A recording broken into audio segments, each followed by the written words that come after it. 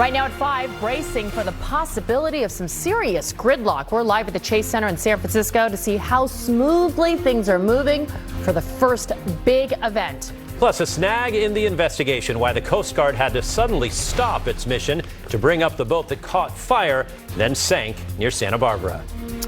And explaining the jury's decision, a jury in the Ghost Ship fire trial speaks exclusively to NBC Bay Area about how they reached their decision and the last-minute change that prompted them to acquit one of the 2 men on trial.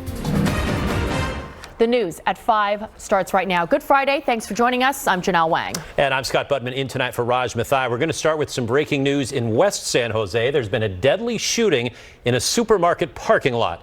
Officers responded to a call on a shooting about 1 o'clock this afternoon.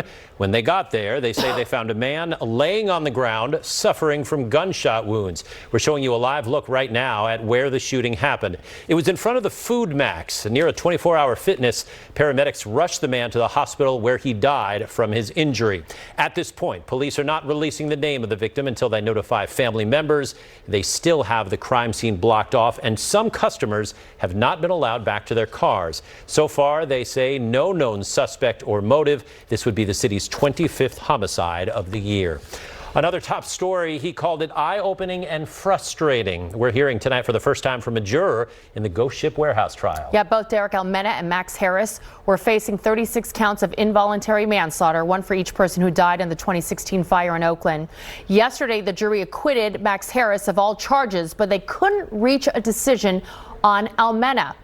NBC Bay Area's Melissa Colorado spoke exclusively to one of the jurors. Melissa, this was almost a hung jury for both men.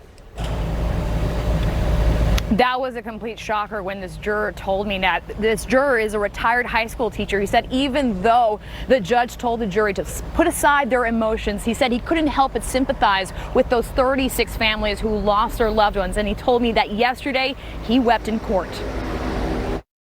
As we walked out of the courtroom after the verdict was given, I was one that was crying. Miller